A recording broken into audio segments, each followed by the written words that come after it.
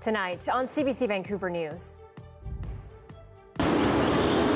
People were literally screaming for their lives. Smoke and flames shoot through the roof of a Gastown building and a rush to get people out. Also, he can't practice medicine, so this is what he's going to do. A BC doctor suspended for misinformation, why he's still warning people against COVID vaccines. And try not to approach the rabbits. The beach bunny boom at Jericho and the concern that comes with it. This is CBC Vancouver News.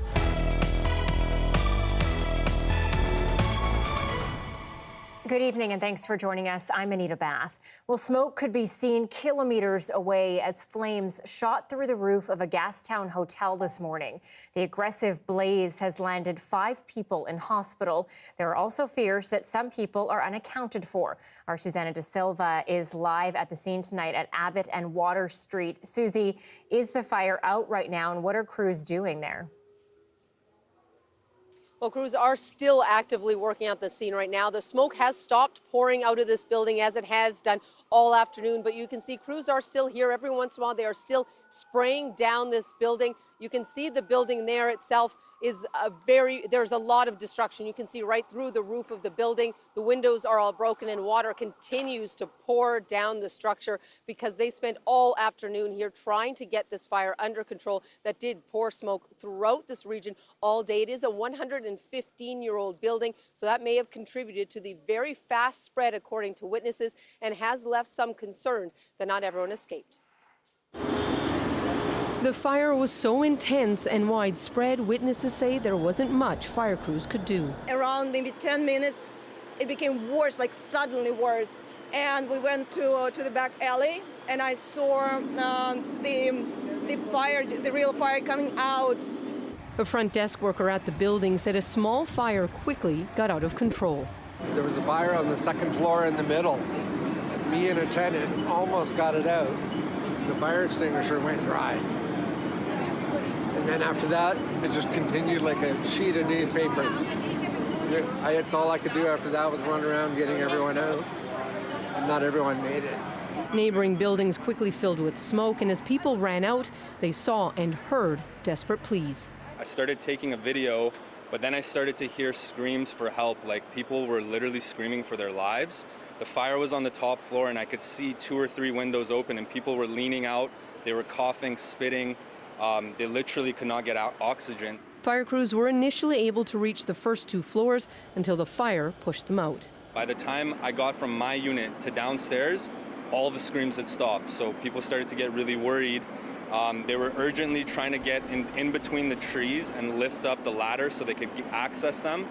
Several people were rescued from the top floor, several others taken to hospital, including one who had jumped from a window. The ambulance and all the people were trying to help. They were breathing the oxygen. Neighbors say false alarms were a common occurrence, while others had long worried about conditions inside. I used to live in that building, and there were a lot of hoarders in that building. They pack up all this garbage in their rooms. So, Susie, do we know about the people who are hurt? Any update on them? The latest we'd heard was 5 people were taken to hospital, that several others were treated for minor injuries. As far as anyone who's more seriously hurt, that is still something they're working on, trying to make sure that everyone has been accounted for from this building. And as far as cause, that's also still to be determined. Just a short time ago, a group of fire investigators have arrived at the scene. There's a big job here to do to try to figure out exactly how this started. In the meantime, for the residents who did escape, there are collection and fundraising drives already starting to try to help them. Anita? And the Flying Pig behind you there, a popular restaurant, seems to be damaged as well. Susie De Silva reporting live tonight in Gastown. Thank you. Well, BC has the fastest rate of electric vehicle uptake in North America. And today, the Prime Minister doubled down on Ottawa's promise to invest in rebates for buyers. But critics say one of the biggest challenges is still getting more chargers in place. Our John Hernandez reports on the growing push to install chargers in condos and apartments. The standard connector on the end, It may have taken 2 years, but Tom Reed's Parkade has finally gone electric. I really believe that every building is going to have to look at this if they haven't already. He's a member of the Strata Council for this 42-unit building near UBC, where in 2020, residents voted to have EV chargers installed. You have to get 75% approval. We, in fact, got 100% approval for all those who came to a special meeting as required by law. It's a project that cost a lot of money, nearly $100,000, had plenty of red tape, and took a lot of time. Conditions industry leaders say keep many multi-residential buildings off the grid. Some stratas are just really against it. I think it shouldn't be underestimated that we're in a culture now where a lot of people are quite skeptical, and we get quite a bit of resistance about that. The bulk of EV chargers prefer to charge at home, and that's where the infrastructure is really lacking. These startup founders are among groups pushing to have the installation process streamlined, which currently includes a series of permit applications and design plans. A lot of it is a coordinated effort by all levels of government, and what they can do is help remove the red tape, fast track, permitting. Provincial rebates are available for stratas to install chargers. We're seeing the demands for new electric vehicles skyrocket across the country. And while the Prime Minister has pledged $1.7 billion to help Canadians buy electric cars, some hope Ottawa will also help finance more charging stations in buildings like this to encourage more people to make the switch. For this to work, we need everyone to come along. People are just, they're ready to see their neighbor get it so they can see it and feel it and have a drive around first. A transportation transition that's happening now, but still has its fair share of speed bumps to overcome. John Hernandez, CBC News, Vancouver. BC is moving to make sure more people in mental health crisis are helped by peers and community organizations and not by police. The province is spending $1.26 million to fund the PACT program for Victoria and New Westminster. It's a civilian-led care team for people struggling with mental health, suicide, and substance use. Responders will help with de-escalation, counseling, and connecting people in crisis with resources. The funding will also be used to expand the existing team on the North Shore. Despite their proficient and professional training, police officers are sometimes not well equipped to address the complex issues that led to the crisis. BC says teams in Victoria and New Westminster are set to become operational this year. Well, new road closures are happening to make room for construction on the Broadway subway project. Starting tonight until May, West Broadway between Oak and Laurel Streets will be reduced to single-lane alternating traffic from 10 p.m. to 6 a.m. The road will also close completely for 10 minutes, approximately once an hour overnight. 4-lane configuration will return every morning. Now, this is all to allow for the building of a traffic deck for the subway. A BC doctor we first told you about a couple of months ago is still suspended from practicing medicine over allegations he's spreading COVID misinformation. But as Lindsay Duncombe shows us, that suspension doesn't mean he's stepping back from his message. Oh, Canada.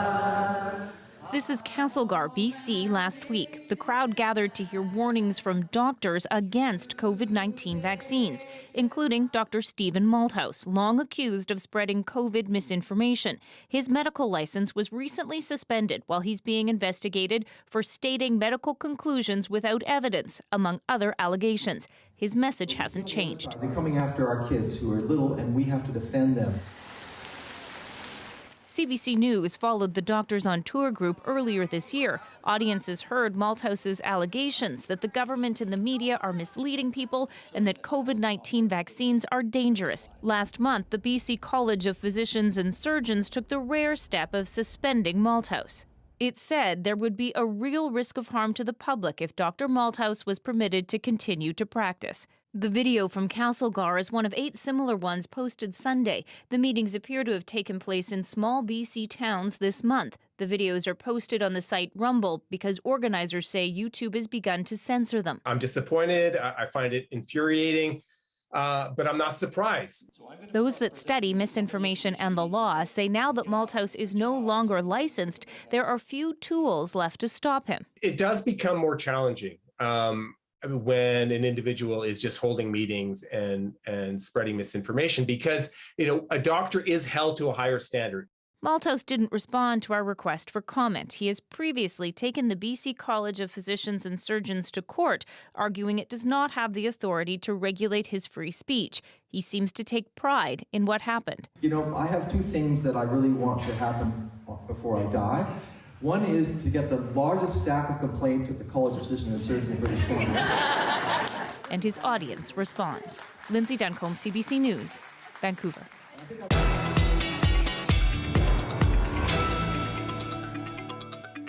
Hail, thunder, and heavy rain hit parts of Metro Vancouver and the Fraser Valley yesterday. Yeah, I definitely saw this. The weather couldn't make up its mind with the day starting on a sunny note. The extreme precipitation coming in from the east brought in some unusual conditions, and we could be in store for more wild weather this week. With that, we bring in meteorologist Johanna Wagstaffe, and when we say wild, really, we mean wild snow. Yes, I'm glad you said it, Anita. I thought you were going to save the whole reveal just for me, but yes, snow is coming in the forecast. Unbelievably, there is a snowfall warning in place for parts of Metro Vancouver. Let me show you exactly where we're expected to see some accumulations through the day tomorrow, beginning for that morning commute. So it's Coquitlam, Port Coquitlam, Anmore, and then sections of the east side of Vancouver Island, including Campbell River and Comox. That's where we could see up to 10 centimeters on the Malahat Highway. For Metro Vancouver, those higher elevations you see in red, that's the 5 centimeter accumulation mark. But all of Metro Vancouver and the South Coast could see trace amounts of snow tomorrow with this system.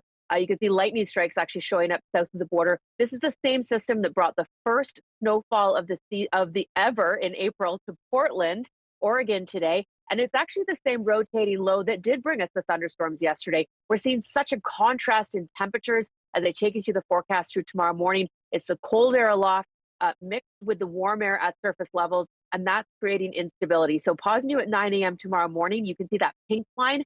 That's the mixed rain snow line. So it will lift through the day, but that's when we're face to face with the instability. So if it's not wet snow risk tomorrow afternoon and the evening, it's a thunderstorm risk. So a very similar setup to what we saw yesterday, but colder. And unbelievably, yesterday, we actually had thunder snow. I've never seen that in Vancouver before. Here's 10 p.m. tomorrow, and you can see that snow line dropping once again. So a full day of wet snow. Again, accumulations will be likely more towards higher elevations. I will keep you posted on that full forecast. Anita, I thought I would end this weather off with a bit of a silver lining. The cold and snowy April has led to very low fire danger ratings. And I say this because fire season here officially begins April 1st. So we'll be keeping an eye on that. I'll have more on the snow coming up. All right, we'll talk to you soon. Thanks, Joe. You're welcome. Well, more Kinder chocolate Easter treats have been recalled due to possible risk of salmonella. You can head to the Canadian Food Inspection Agency's website for the list of 23 products you're urged not to consume. Among them, Easter chocolates, egg hunt kits, and a variety of Kinder surprises.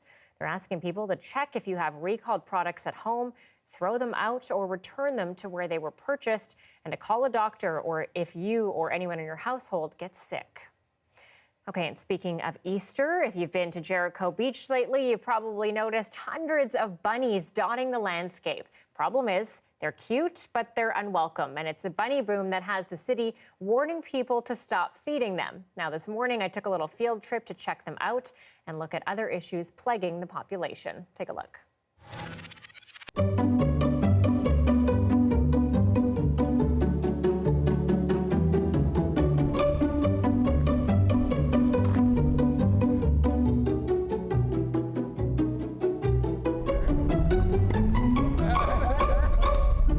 Jericho's always had a bunny problem. What is it about this year that's making it so much worse? At this time of year, we're coming up on Easter, and we know that the population of rabbits here are kind of a legacy population of people's released pets. A lot of the time people will go out and buy a bunny rabbit around Easter time thinking that it's going to be a good pet, not realizing what a commitment it actually is. They can live 10 to 15 years. And so one of the key messages we try to share this time of year is it's not a kindness to release your pets into city parks. You know, when I see a bunny in my backyard, it usually runs away. These bunnies were so close. I mean, I'd like to walk and just get a little bit closer to them, but they don't move. They seem to be very used to humans. So what do you recommend for people who come here and want to get close to them, because they are darn cute? They are cute, yeah, and it's totally okay to admire the bunnies from a safe distance.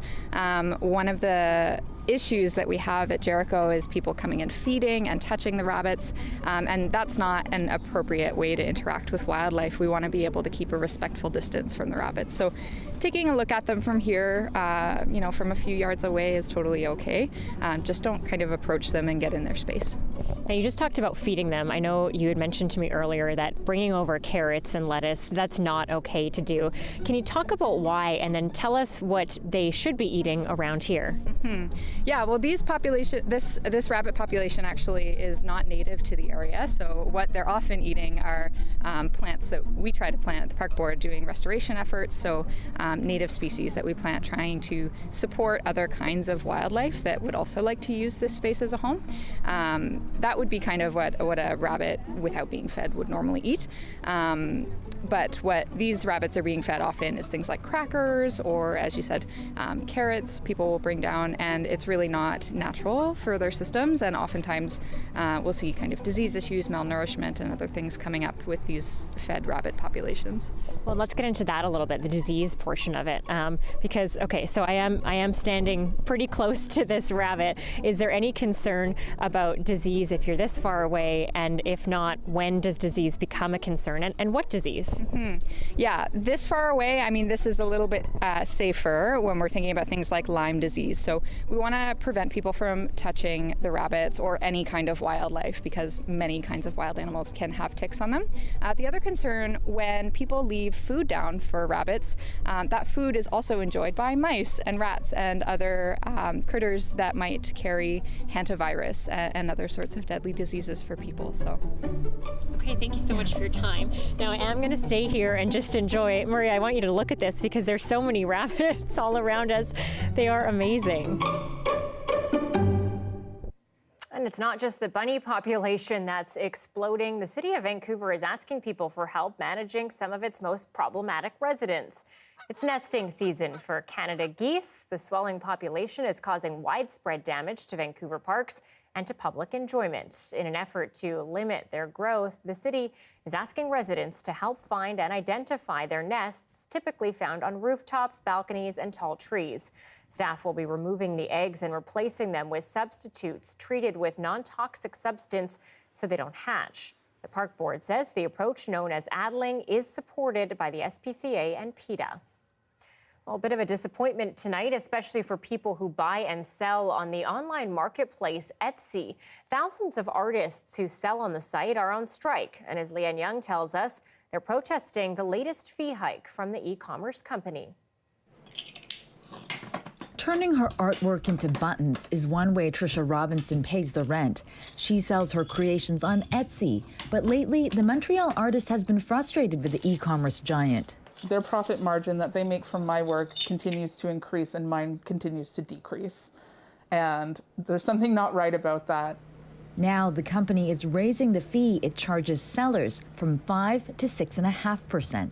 The 1.5% increase, it does matter to me, and it's not because I'm not willing to pay for the service.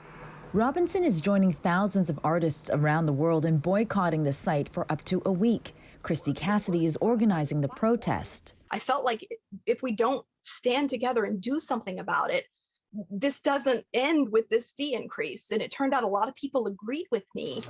Etsy has become the go-to selling site for craftspeople. With 90 million customers, it sold $17 billion worth of goods last year. It says the fee increase is justified and will benefit sellers by expanding marketing and adding more support staff, for example. In a statement, the company says, our revised fee structure will enable us to increase our investments in each of these key areas. Since Etsy went public in 2015, experts say they face pressure to satisfy shareholders. Etsy has historically tried to foster a community that feels collaborative with its sellers, but since 2018 they've raised their fees twice, which suggests they're trying to perhaps profit at the expense of their marketplace sellers. Boycotting the site will hurt Robinson's business, but it's a price she's willing to pay. That's why I'm choosing to strike, because I think it's a really unique opportunity for people like me in a position like this to make changes and demand better from them. Whether it will make a difference remains to be seen. Leanne Young, CBC News, Vancouver. A journey to the city of Bucha in Ukraine, where Russian troops may now be gone, but their deadly presence is still being felt, and allegations of war crimes continue to mount.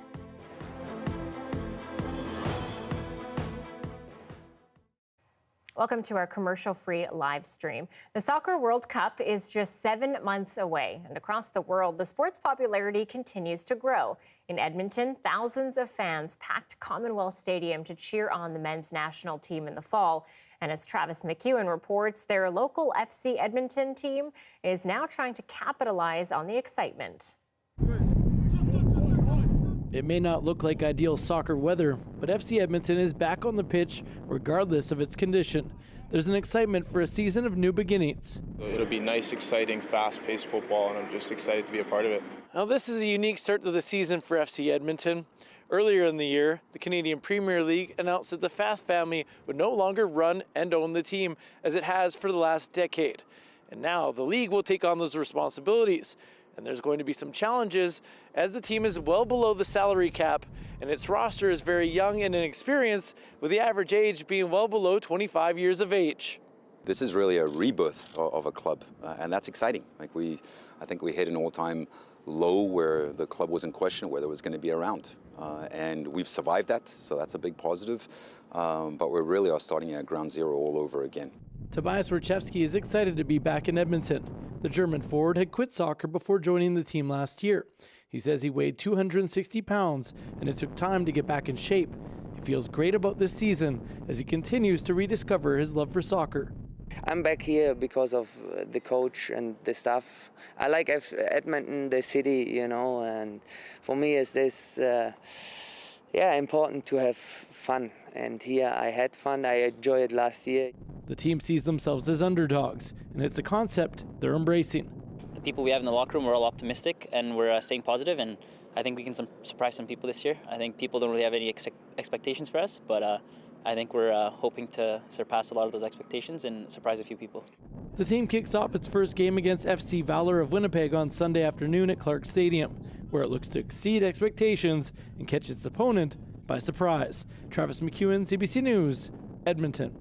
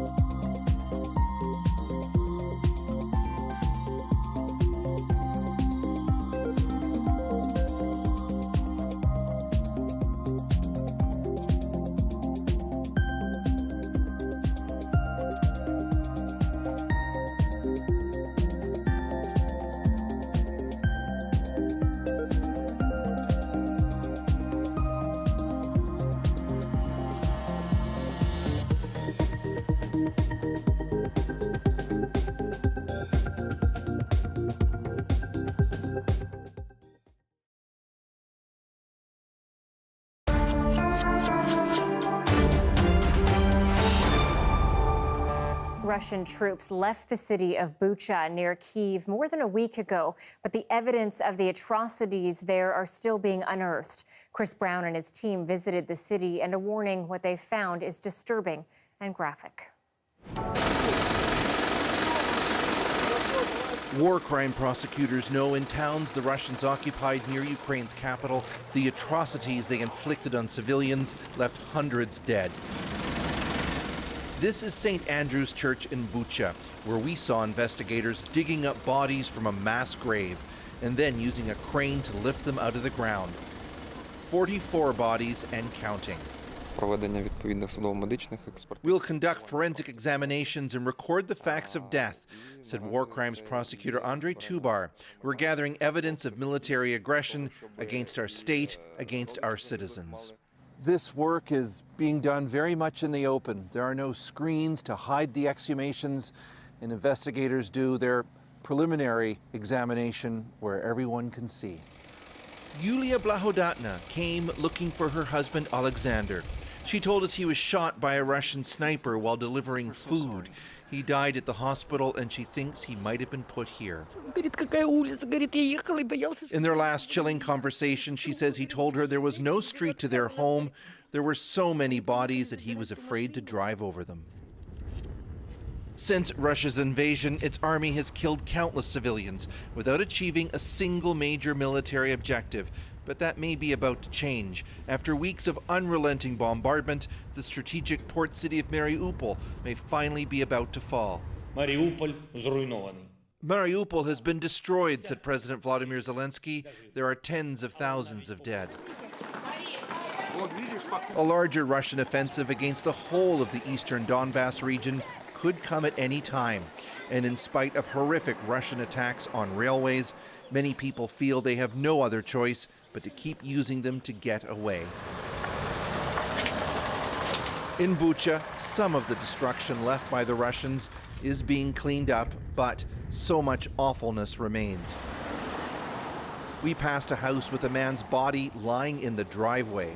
He too had been shot, his grieving wife told us, but had to be temporarily buried in their vegetable garden. His name, Mykola Samoilenko, will join the long list of victims of likely Russian war crimes. There's more confirmation that any peace deal is off until after the fight for Donbass is settled. Austria's president went to see Vladimir Putin, but came back empty-handed, and Ukraine's president says the only way that Russia will stop is if Ukraine's military makes them. Chris Brown, CBC News, Kyiv. And frustration is building for many Ukrainians seeking refuge in Canada. And here's an example of why. A mother fleeing the war is approved for a temporary visa, but her 4-year-old daughter is left in limbo. Julia Wong shows us how that uncertainty is bringing distress to many families. Two messages from them. Andrew Shurik and Anya Demyanova have been glued to their laptop for weeks. Demyanova's sister-in-law Natalia and her 4-year-old daughter Anna fled Ukraine when the Russian invasion began. The couple is trying to bring them to Edmonton. We told her that come to us for now because it's safer here. Natalia's application was quickly approved, but there's been no response to little Anna's application, submitted nearly 3 weeks ago. The federal government says most applications will be processed within 14 days of receipt. It's in limbo. I don't see how there is this gap and miscommunication, as I feel it's been pushed off to the side and it's been forgotten about. Shurik says he checks in every day and tries to update Anna's application using an online form. And again, wait the 5 days to get a generic response with no answer. Natalia and Anna are waiting in Germany until Anna's application gets sorted out. Can you help ask her what she thinks of the process to come to Canada? It's frustrating because she doesn't understand why they looking to a 4-year-old girl that long. This licensed immigration consultant says 10% of her files involve families split up during the application process. They sometimes have the different process and timelines, meaning that some of the family members receive the response while the others are sitting there in limbo. Immigration Canada says in a statement, many clients are eager to get their visas. It's experiencing unprecedented volume and is closely monitoring the functionality of its online portal. For now, the pair is focused on bringing their family to safety. We don't know who to ask for help just to solve this problem. And we just want them to come here and be with us. Julia Wong, CBC News, Edmonton.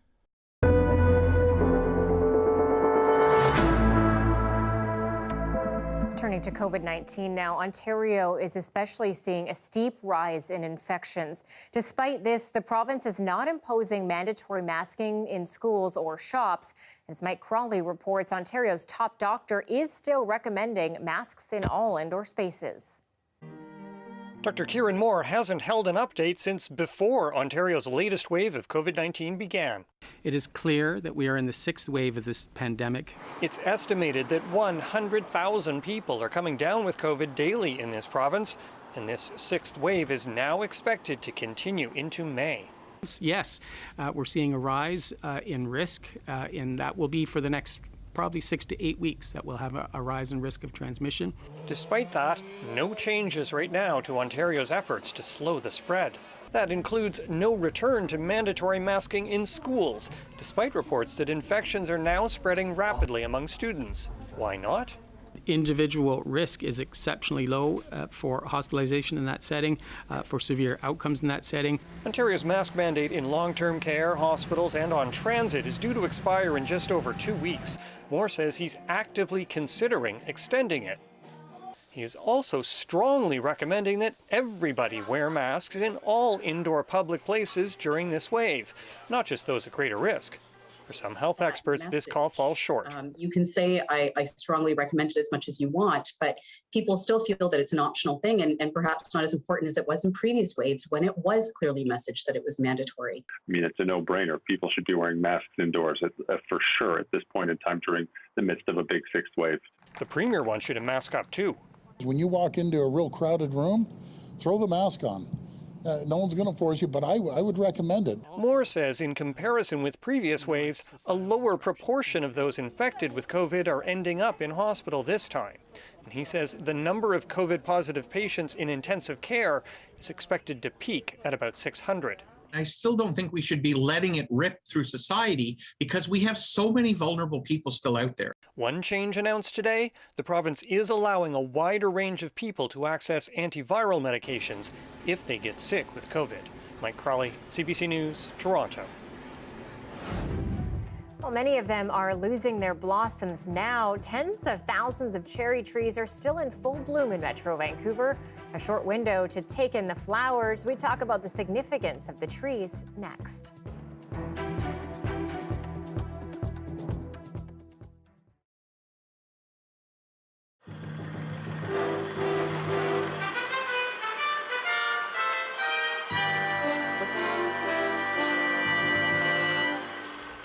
Vancouver is in the grips of a new craze. One of the men benefiting most from it is Remo Bresciani, an entrepreneur. Here he is.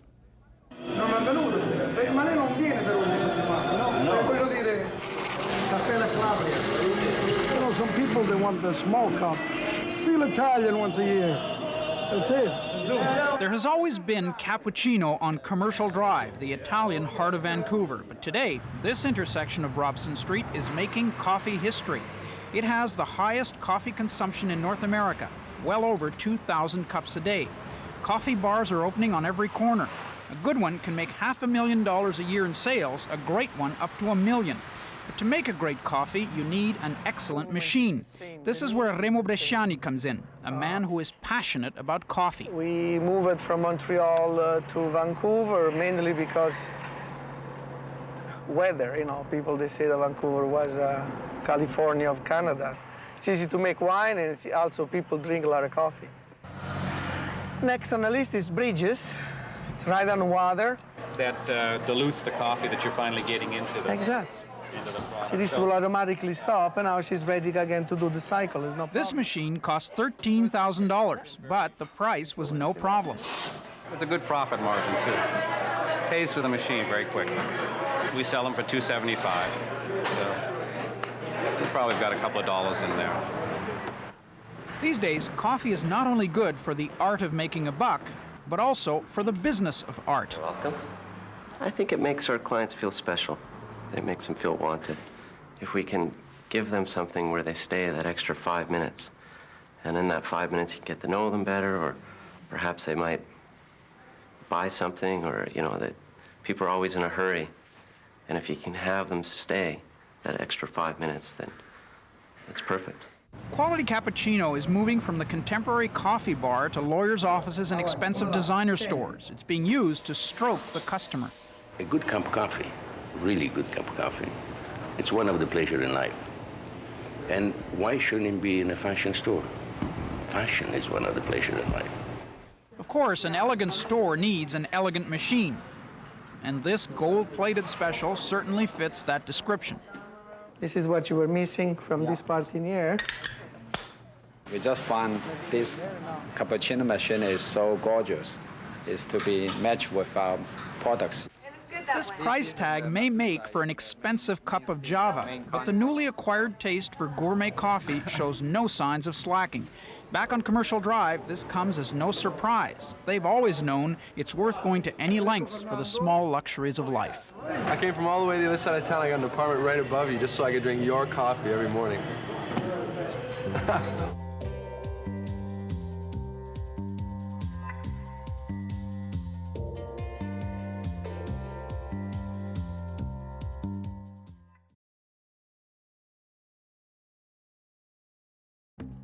Here are some of the stories we're following tonight on CBC Vancouver News. The fire was on the top floor and I could see 2 or 3 windows open and people were leaning out. They were coughing, spitting. They literally could not get out oxygen. At least 3 people are hurt after a serious fire in Gastown. It happened at the 4-story Hotel Winters building on Abbott around 11. Within an hour, flames were shooting through the roof. Several people had to get rescued from the top floor of the building. EV chargers prefer to charge at home, and that's where the infrastructure is really lacking. As Ottawa pledges to invest billions of dollars for electric vehicle rebates, industry leaders in BC say infrastructure challenges in people's homes are limiting growth. I'm disappointed. I find it infuriating, but I'm not surprised. A BC doctor suspended from practicing medicine over allegations of spreading COVID misinformation is now continuing his messaging tour against the vaccine. He went to Castlegar last week speaking to crowds, and there's concerns he can't be stopped. While some cherry blossoms around Metro Vancouver have reached their peaks, many are still in full bloom. A telltale sign spring is here. And as Janella Hamilton reports, for some, the plant has a deep significance. Bursts of pink and white cherry blossoms fill Van Dusen Botanical Garden, each beautiful bud creating a picture-perfect backdrop. It's sakura season, so it would be a nice opportunity to take photos. Diana Tu and Dinny Chen are among hundreds of people taking in this weekend's Sakura Days. We both are fans of Japanese culture, and we thought it would be fun to check out the food and the performances. And they're not alone. Organizers say this is the largest turnout they've ever had. It's the first time we're running an in-person event after 2 years, and there's so many cherry trees. It's very rare that we actually have the festival running when the cherry trees are in full bloom, so we're very excited. The event is put on in partnership with the Vancouver Cherry Blossom Festival to celebrate the city's diverse history and cultures. First cherry blossom trees came to Vancouver in the 1930s. They were a gift of the people of Japan, and it was to commemorate and memorialize the Canadian Japanese soldiers who had fought in World War I. Now, he says more than 43,000 cherry blossom trees line Vancouver streets, a sight that brings back fond childhood memories for Yuriko Kanemura. I'm very happy when I see cherry blossom when I do tea ceremony. Kanemura says tea ceremony traditions date back more than 1,200 years. Before we enter tea ceremony room, we start to cleanse our mind, appreciate nature. Much like tea, cherry blossom trees are also deep-rooted in Japanese culture, a symbol of renewal as a new season begins. The cherry blossom is like as fleeting as our own lives, and so the idea is to just capture every moment. Learning about the intricacies of each tree is one of the activities people can take in at this year's festival, which wraps up April 23rd. It's really the celebration of the city getting to re-emerge, just like these blossoms are. Janella Hamilton, CBC News, Vancouver. Beautiful. I absolutely love the cherry blossoms. And from one blooming celebration to another, One of BC's biggest flower festivals is back. The Chilliwack Tulip Festival kicks off today. For the past 16 years, people from across the province have flocked to the valley to get an eyeful of the beautiful flowers. The Chilliwack Tulip Festival is showcasing more than 30 varieties this year. Good news, because during the worst of the winter flooding, there was worry the festival wouldn't be back this year. Our hyacinths did sustain substantial damage, which is why we're not really advertising them this year. And the back of our fields, you will see some flood damage and loss, but we were pretty lucky in that the majority of our crops survived it. We were underwater for a couple of days in about a third to half of the field. Yeah, just some beautiful photos today taken by our photographer, Ben Nelms. Anyone going down for their own photo ops are reminded to wear proper footwear because you might get muddy. The festival runs until April 23rd. And for the first time in more than 2 years, a cruise ship pulled into the Port of Vancouver this weekend, marking the kickoff to the industry season in BC. As Anita Bathe reports, while many are eager for a boost to the economy, others are concerned about the environmental cost. 891 days later, it's a reunion for port, ship, and sea. And of course, passengers are ready for adventure. It feels relief, fun, excitement. We're ready. We couldn't wait to be able to walk across the street, get on the ship. Officials also keen and optimistic to be back at it. Let's have a yahoo! We are expecting this year's cruise season to be the biggest ever.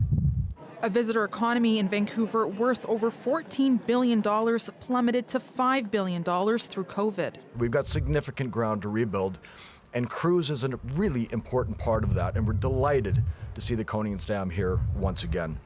Holland America Line aims to bring 140,000 guests to Vancouver this season. Passengers must be fully vaccinated and test negative before boarding. While guests return to spend their money at theaters, restaurants, casinos, and shops, some worry about the cost to the environment. In 2019, cruise ships along the BC coast meant 32 billion liters of dumping. Pollution like raw sewage and grey water that comes from toilets, sinks, and showers. And despite Transport Canada's new announcement on stricter measures for discharging wastewater, those regulations aren't in place yet. As long as these measures remain voluntary without onboard enforcement, the cruise industry and their storied history of illegally dumping and U.S. felony convictions are likely to continue using us as the toilet bowl. Officials did say there's a greater focus on lowering emissions, and this season more than 60% of ships are expected to be shore power enabled. This means they can shut down their diesel-powered engines and use low-emission electrical power. There are virtually no emissions from the funnels of the ship at all, because the entire ship's systems, the sort of heating, cooling, lighting, all those things are being powered by clean hydroelectric power. And those back on the ship have other things in mind. It's all hands on deck with more than 800 staff members. Tables are set to feed 16,000 meals a day to nearly 2,000 guests, ready to set sail on a long-awaited cruise season. Anita Bathe, CBC News, Vancouver. The taste of sweet success, why maple syrup producers are tapping into a great season. And at 6:42, a live look over downtown Vancouver tonight. Clear skies nearby, but it looks like a dark cloud over there over North Vancouver. Unseasonably cool weather for the south coast, including a chance of snow for higher elevations. Johanna is going to break it all down next.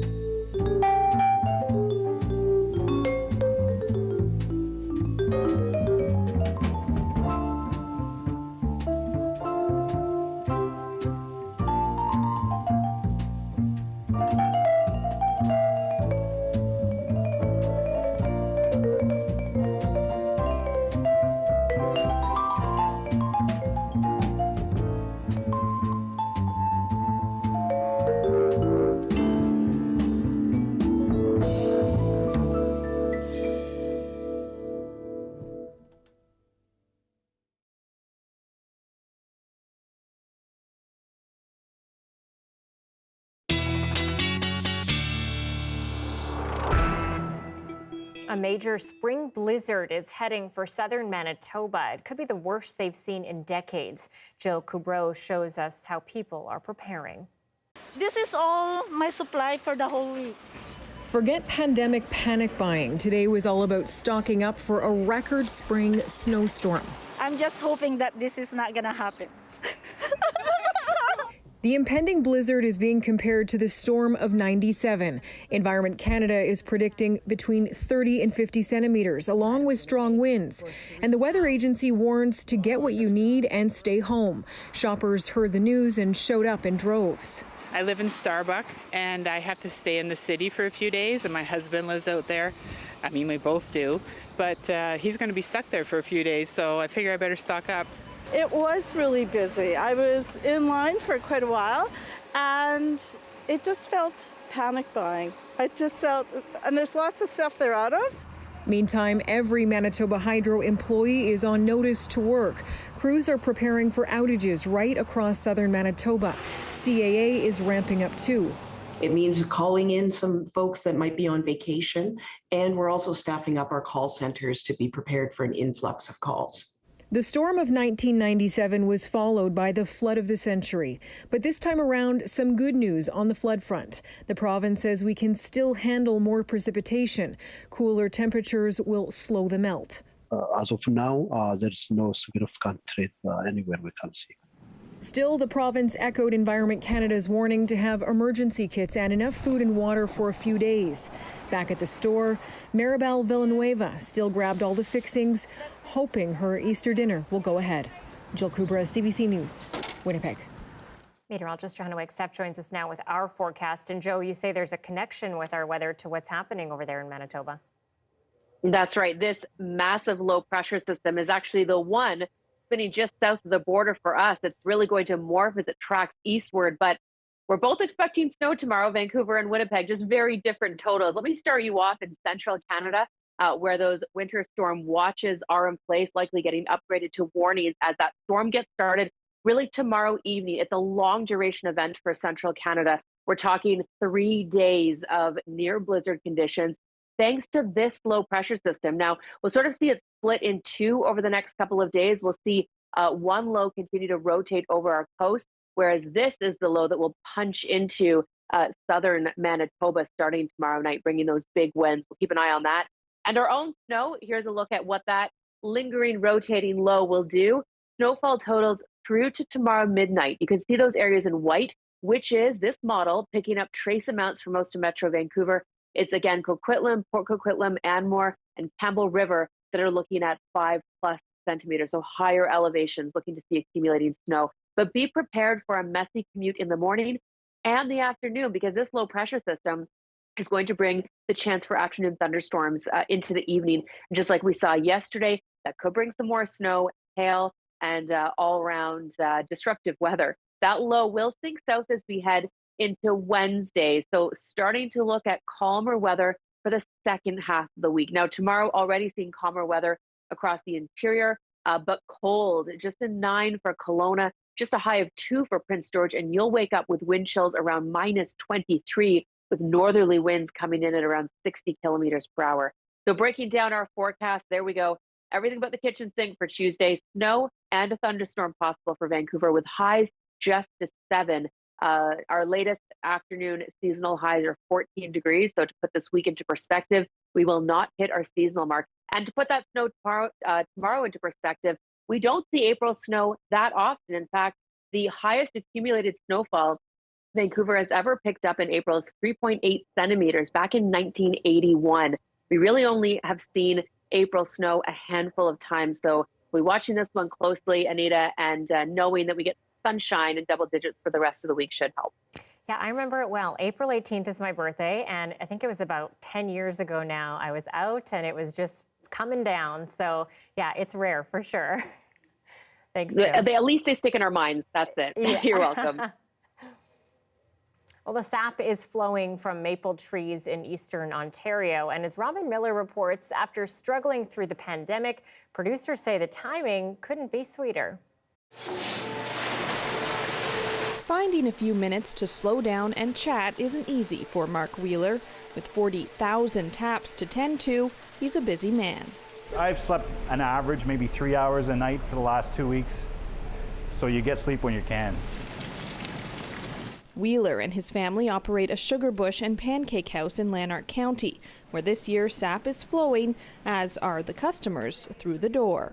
Part of the excitement of making maple syrup is kind of like the joy of Canadian winter ending and spring coming, and it kind of, without all the people around, it was kind of more ho-hum, and it's great to have the people back and be able to share the love of maple again. Oh, it's so nice to get out. It sure is. He was just born at the beginning of the pandemic, so he didn't get much of a chance to even explore outside before the pandemic came. So he's all new to this people thing. In Ontario, the maple syrup season generally runs from about mid-March to mid or late April. Most producers who we spoke to call this a typical year, but when it comes to production, it really depends who you ask. That's part of the nature of maple, right? It's just there's so many variables in the natural system that we hook into to produce our sap and make our maple syrup, that every bush is different. What producers can agree on is that this year will be better than the last, when a warm spell cut the season short. This recent stretch of warm days and cool nights is hitting the sweet spot. We never know when we start what it's going to be like. Mother Nature and the weather control it. But it's been a busy year, a good year, and that's what we look forward to every spring.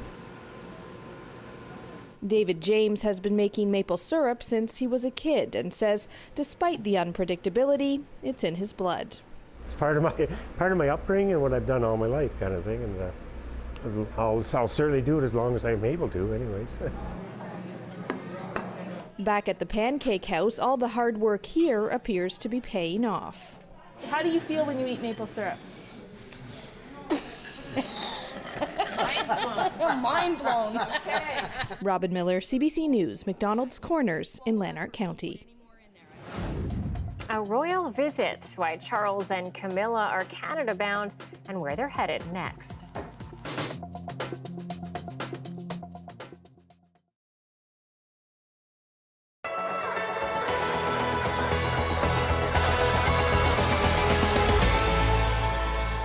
COVID-19 border rules continue to ease, it's still uncertain when Transit Windsor's cross-border bus route will return. The service's tunnel bus has been suspended since the pandemic began. Those who used it for their daily commute say that they miss it. It was kind of a blessing for us to have that. My office being in downtown Detroit, the tunnel bus was super convenient.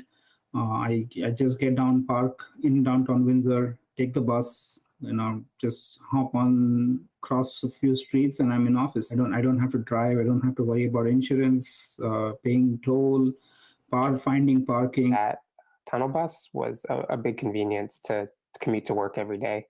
Most places either don't have parking or are getting you to pay for parking, which is another cost. Last year, Transit Windsor said the bus wouldn't return due to COVID-19 testing requirements at the border and would reevaluate when that rule was dropped.